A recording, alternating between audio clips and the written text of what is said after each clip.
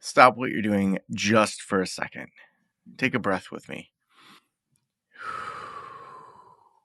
There's so much to do in private practice and so many resources and trainings and things like that to focus on that we've brought it all together for you for a totally free event starting March 11th and going till March 14th.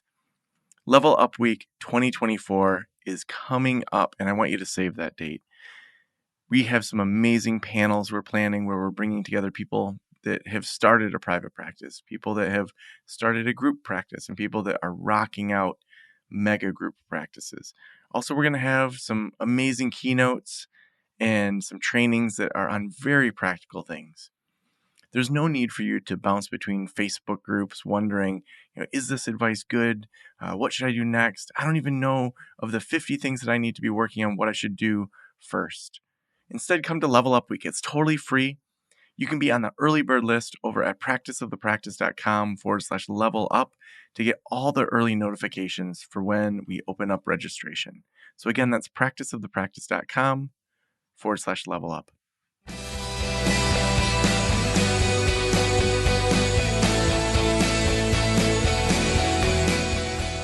This is the Practice of the Practice podcast with Joe Sanok, session number 964.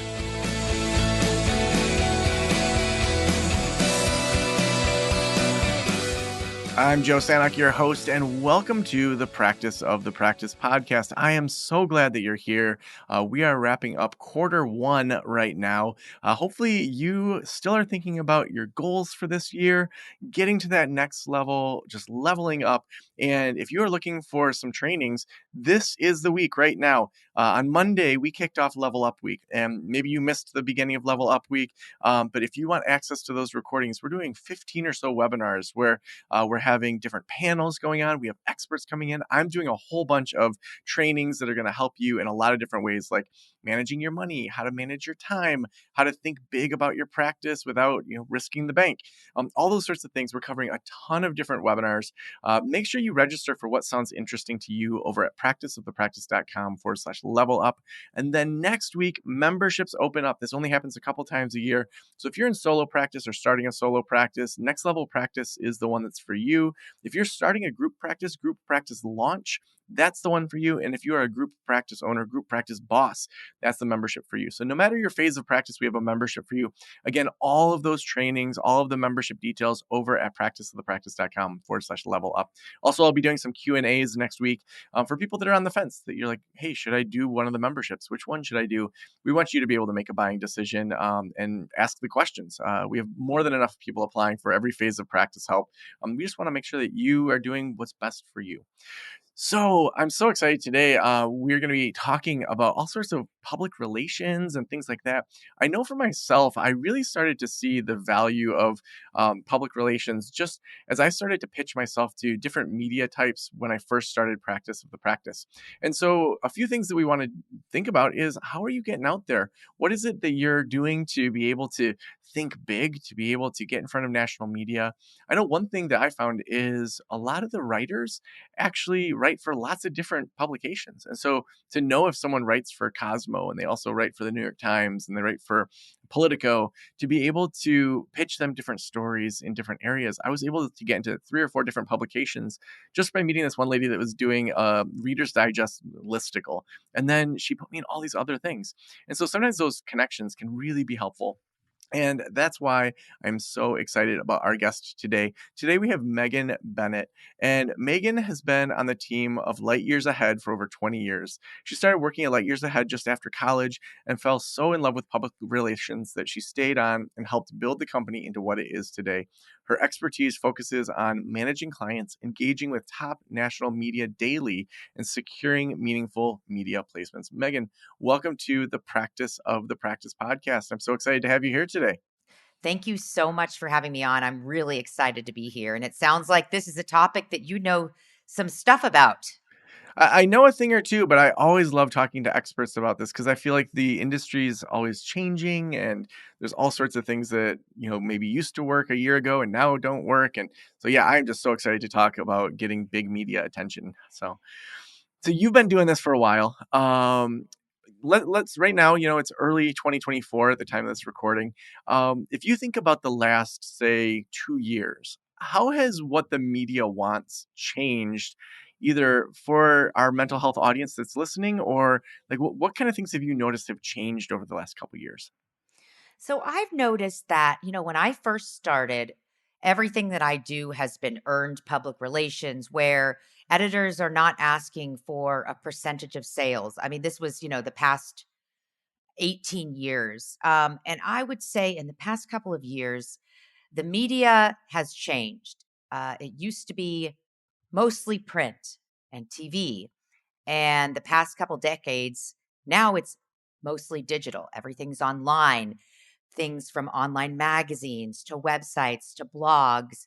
That's kind of where it's at. And because of that, they've been laying off a lot of the editors that work at the big magazines. And these editors have now become freelancers. So they're working, like you Mm. said in your intro, for multiple different outlets.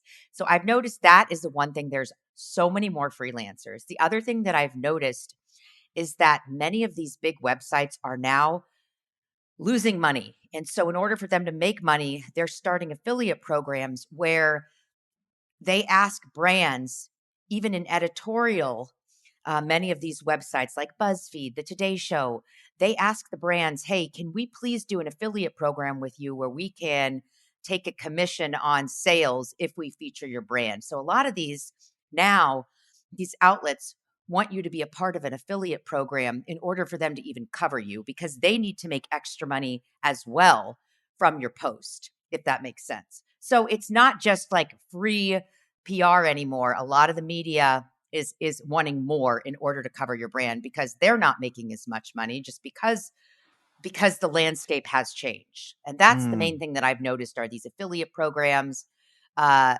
the the fact that print is diminishing and digital is really where it's at. Yeah, that's some big shifts. Now, Yeah. when I think about when I think about kind of the people that might be listening to this podcast, they're psychologists, social workers, licensed marriage and family therapists, that own counseling practices. There's a few different types of people that are probably listening. There's the people that maybe they have a small local counseling practice and they would love to have, be noted in a couple big publications just so that in their small community they can say, as seen in Reader's Digest or as seen Yeah. in Time Magazine online or something like that. That's where I was at when I owned mental wellness counseling. So that's one type of person that might be listening, that it just makes them look better in their community. They're not necessarily looking to go national all the time. It's just, their brand is better because they can say as seen on. The other side of it is I'm noticing more and more therapists that they have successful counseling practices. They oftentimes have been really social media savvy, and they're recognizing that what they're talking about is resonating on TikTok, on Instagram, and they're thinking, oh, I could do an e-course on this. I could do something big and national, that is maybe my trauma skills, and I want to turn this into a book. I want to turn it into a podcast or something that I can sell nationwide. And so for them, it's being seen as a national expert. So more, they're multiple times a month wanting to get into national kind of arenas. So with those two different audiences in mind, I'd love to start with just the small counseling practice. Like, what can they be doing to get 3 to 5 national like quotes or things like that that's going to help their local brand? Okay. So what I recommend is first of all, if you're local, and you don't have any media coverage. Yeah, I mean, I think the way to start is national. Submitting yourself as an expert for different articles on things that you find relevant or that are topical. So, pitching those top media outlets or getting a publicist to do it for you, which is what we do. When we start with a small practice, we would recommend doing it twofold, doing national and local. The national is what helps get the local. So say that we get you an interview on prevention about, mental health and wellness, and you're giving tips to the new year to start fresh. You get that write up, then you put it on your website as seen in prevention. We use that to then pitch local media and get you some coverage locally so you can get local clients because now you have the credibility that you were on national media. It works both ways. Sometimes with clients, we start with local and national, and we get local bites first. Both of them help. As far as getting clients, I think the credibility of the national helps to get the local. Mm. So there's two ways to go about it, and we try to tackle both. Yeah, I know that I worked with a PR company when my book launched a year ago, October, and we knew the big push was going to be in that 6 weeks before the book really launched. But back in, I want to say it was like March, the PR company, even before I got going kind of full tilt ahead with them, said, we want to connect you with a couple writers so that we can cite back to that when we're closer to it, so that you have been an expert for a while on the 4-day work week. And that was so helpful. It's exactly what you're saying, that the idea of getting those placements to be able to, in the future, just be able to point back to it with other media can be so helpful. Exactly. We actually are working with an expert right now that we've been working with for a few years, and she's coming out with a book. So we're getting her the PR now in advance, just about her being an expert, so that when the book comes out, we can reach out to all that media that's covered her. And we've gotten her in some really top media like People Magazine and stuff like that. Reach back out to them and say, hey, she has a book coming out. We'd love to send you a galley copy of it, so that, see what you think so you can cover it. And so that all those relationships, they really do help to build that credibility. Yeah, and I feel like, and you have worked with way more people than I've only done this myself with a company once, but that you never know which door is going to open other doors. So it was like I was invited to speak with Simon Sinek's team, Start with Why, who I've respected his work for years. And it was just one of many things that I was doing during that media blitz. But that's opened a door to public speaking that I could never have got on my own. Simon's Yeah. team is insane, or to have been able to been featured in Harvard Business Review, and now they're releasing in May one of my pieces in a book that's like going to be in the airport. Like that's something that I never would have guessed or could have got. When you're thinking through this for the small business folks that really aren't yet going national but need or want a few of those, what can they be doing on their own? And then at what point is it worth it to start to hire someone to help with that? Yeah, I mean, I think the first thing that you want to do is look up a site called Thrive Global Medium. They're kind of connected, and you reach out to them and you submit yourself for a topical article on whatever your specialty is. They have so many different options, and they're looking for contributors and writers. So once you get an article on there, which you just reach out to the website, um, and you get that published, that gives you sort of like a ground, like a something you can use for background on yourself and your brand, and then use that to further pitch yourself. So that's one article that is national. There's millions of readers that read Thrive Global, Authority, and Medium. And once you get it on there, you can use that as a guideline for other interviews that you do. You can link to that when you're pitching yourself. And I think the next thing you do is once you have like one credible article that then you can use to link to you, you write a compelling pitch about yourself, and whatever is topical or whatever you think that you can speak to. Like, I would list a number of different topics that you can cover within your realm. Um, and offer all those different topics to some top media, and offer yourself as an expert to provide quotes, not to be the feature of the article, but to be a resource.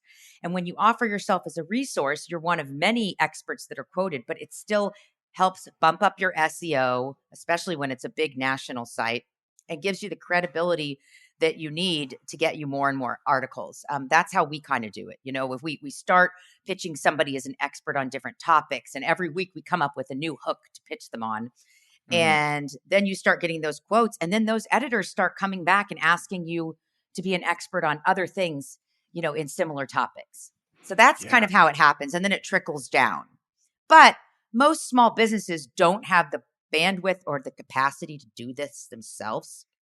So, I mean, it's a lot of work, a lot of diligence, and a lot of follow up. So I do recommend, if you have a budget, to try to get either an independent publicist or a small boutique firm to help you to get this going. But if you Hmm. don't, just getting that first article in Thrive Global and then using that to leverage other things is the way to get coverage. Now, the one challenge is that most small businesses do not have media contacts. We subscribe to a huge database that we've been using for years that gives us all the contacts, and then we have our own personal contacts. So if you want to do it yourself, you need to look into a database like Muckrack or Cision, where you subscribe every year and it gives you the email contacts of everybody in the media. That's really important if you are doing it yourself. Say, what was that website again? Okay, so Muckrack, Muckrack, that's the top one. We've been using it for like 3 years. There's also Cision, and Cision is the other one, which we used for, I don't know, 17 years. We switched to Muckrack, and I just think it's even better and more up Hmm. to date. So, getting a database like that that's going to give you all the contacts, if you want to do it yourself, that will give you all the email contacts of everybody that you need. It's just then Okay. you have to put in the work. Yeah, yeah, and I mean, I'm sure that a company like yours, they are already trusted. You already have those relationships, Yeah. whereas you're starting from scratch. I want to back up a little bit, because you and I were both kind of assuming that someone knows what they want their niche to be, that they know what their specialty is. For a therapist that feels like they're a regular therapist, like, why do I stand out? They may have some of that imposter syndrome. What are a couple questions that they should consider to help them narrow down what their specialty should be as they're pitching themselves? Yeah. I mean, one question is, why do you think you're better than why do you think people should go to you instead of somebody else? What makes you better? What makes you different? Mm, What are your unique selling propositions? Like we've worked with spiritual leaders, we've worked with a rabbi, and it's hard. It's hard to do something like that without coming up with a fun hook. So we ended up pitching her as the relationship rabbi, that she's helping to get people and connect them together. You have to find something that's catchy, that will make you sound different, even if you are just a regular therapist that does what other people do. There's got to be something about your service that's a little bit different. And if you don't offer it, you got to think something up, because mm, that's what's going to make you stand out. yeah.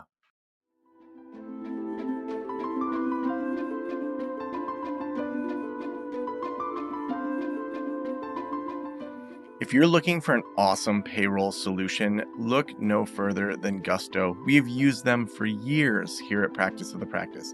They keep me organized, we know how much taxes we're paying, and it's all done right, and you get pay stubs that look like any other company.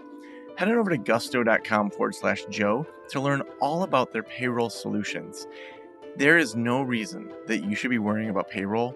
Do it right. Head on over to gusto.com/Joe. That's GUSTO.com/Joe. So what about people that really want to go big? They want to build an audience. They want to eventually do e-courses or conferences or public speaking, and they want to position themselves to have opportunities that go beyond their counseling practice. What should they be thinking differently than kind of that first audience we talked about?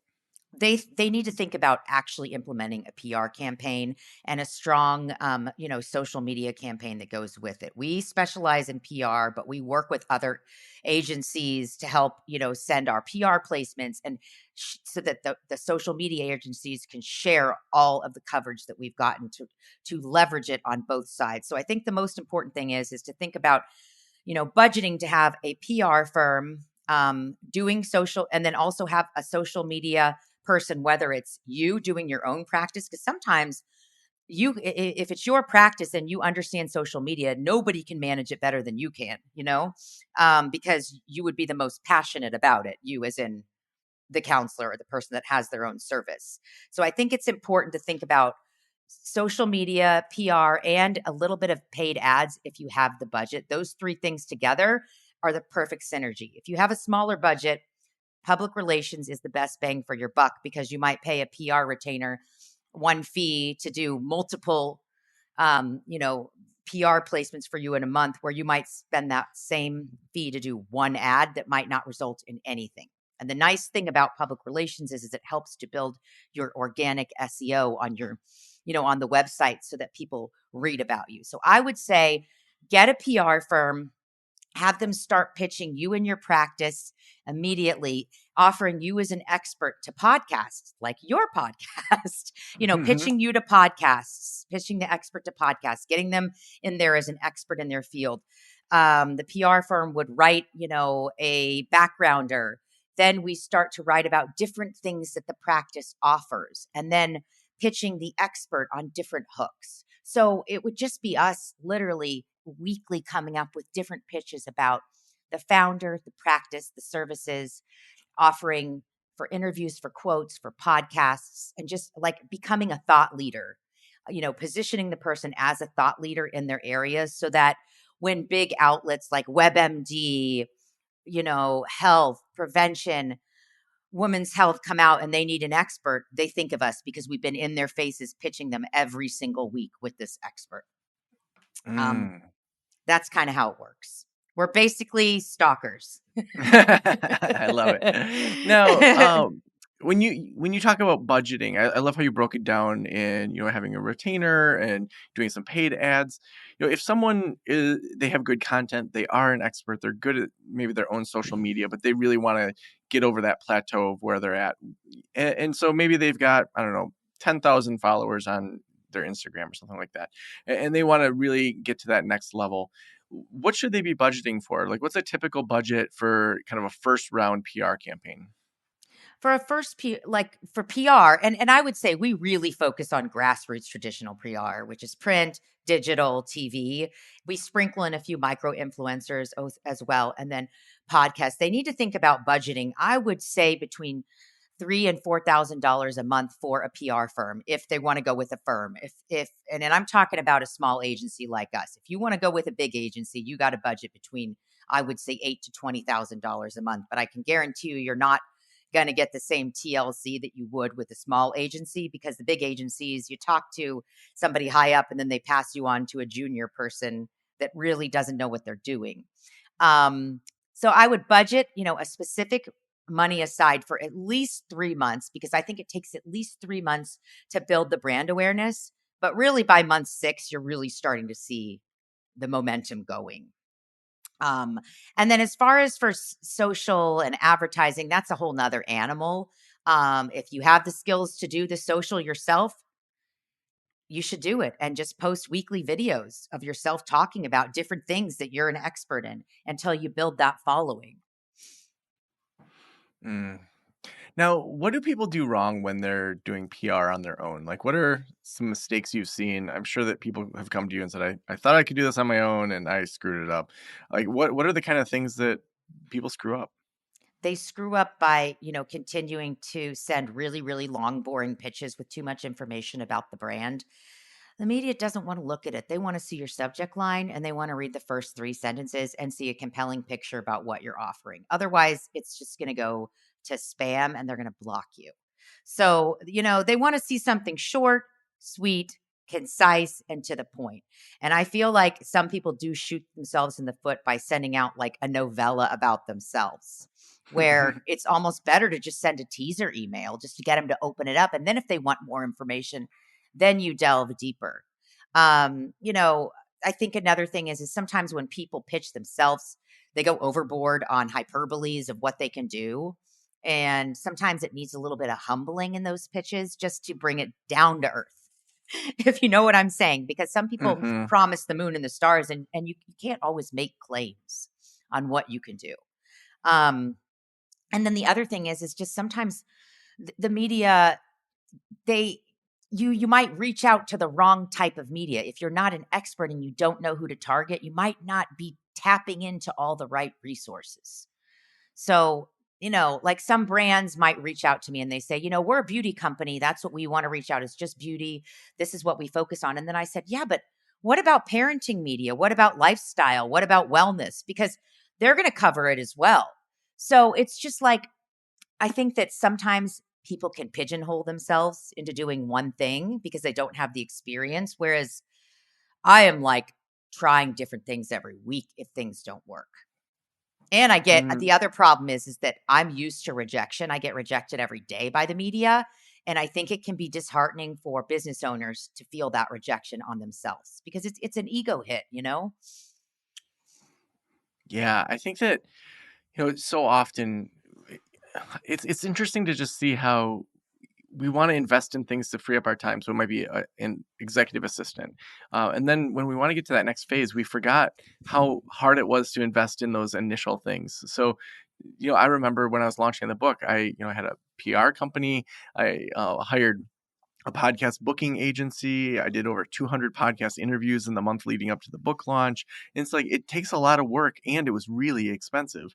Yeah. But it also got me to a level where now, we filled up 2024 sponsors before the end of 2024 and doing 3 episodes a week and, all these other things that it would not have happened had I not gambled some of that money on getting to that next level. Yeah. What would you say to people that aren't sure on the ROI of whether it's, working with someone like you or working with just like anyone outsourcing the PR? Is there a mindset you can encourage? Is there a way to think through that ROI? Like how should people be thinking Yeah. about that? I think you can't think of PR in terms of driving sales because yes, it can happen. I've worked with brands before where I've gotten a client into food and wine and they've made $250,000 in sales from one article saying, they're the best hot dogs in the country. But at the same time, we've gotten clients on the Today Show, Good Morning America, the top People Magazine. And sometimes they won't see any traffic from it as far as sales. But you have to mentally tell yourself this is not about driving sales. This is about driving brand awareness, which in turn can then drive sales. Once people know who I am, then you use those other tactics to help build the sales. I think that's the main thing people have to understand is that public relations does not guarantee sales, but it does guarantee that more people will be aware of your brand. And if you look at it Mhm. that way, then you have the right mindset. And then when it does drive sales, it's like icing on the cake. And it does. It happens a lot, but it does not happen every single time. And Mm. I've had clients sometimes write back like, well, how come we didn't get any sales from this? And I said, well, if you want guaranteed sales, I think you got to look at another outlet like paid ads, which again doesn't guarantee sales, but at least then you're paying for something where they're going to guarantee that it's going to show up. But you just can't guarantee it. You can't. Mhm. It's just who's watching that day, right place, right time. No. So, So smart. yeah. Now, the last question that I have is if every private practitioner in the world were listening right now, what would you want them to know? Well, I would want them to know, first of all, that you are your best advocate. Nobody can sell yourself or your practice better than you can. I can get the media interested, I can get their foot in the door, but you're the one that has to sell yourself once you talk to them. So you got to figure out what makes you different, and you've got to find a way to, execute your messaging to the media in a way that's going to compel them. I don't care if you're just a regular practice. You got to advocate for that and find a way to make yourself unique. And that will build your brand awareness. Mm, so awesome. If people want to work with you, if they want to hear more, where should we send them? They can go to my website. It is lightyearsahead.com, or you can just email me directly and I will promise you I will write you back. It is Megan, Megan, at lightyearsahead.com. And I got your back. I love that. Megan, thank you so much for being on the Practice of the Practice podcast. Thank you so much for having me. This has been so fun.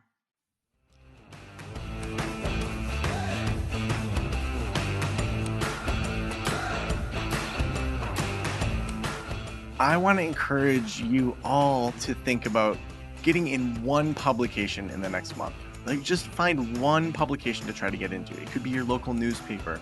It could be your local business news. It could be, a larger connection in your state or national. Just put yourself out there. Start to think of yourself in just 3 to 5 sentences. What is it that you do differently?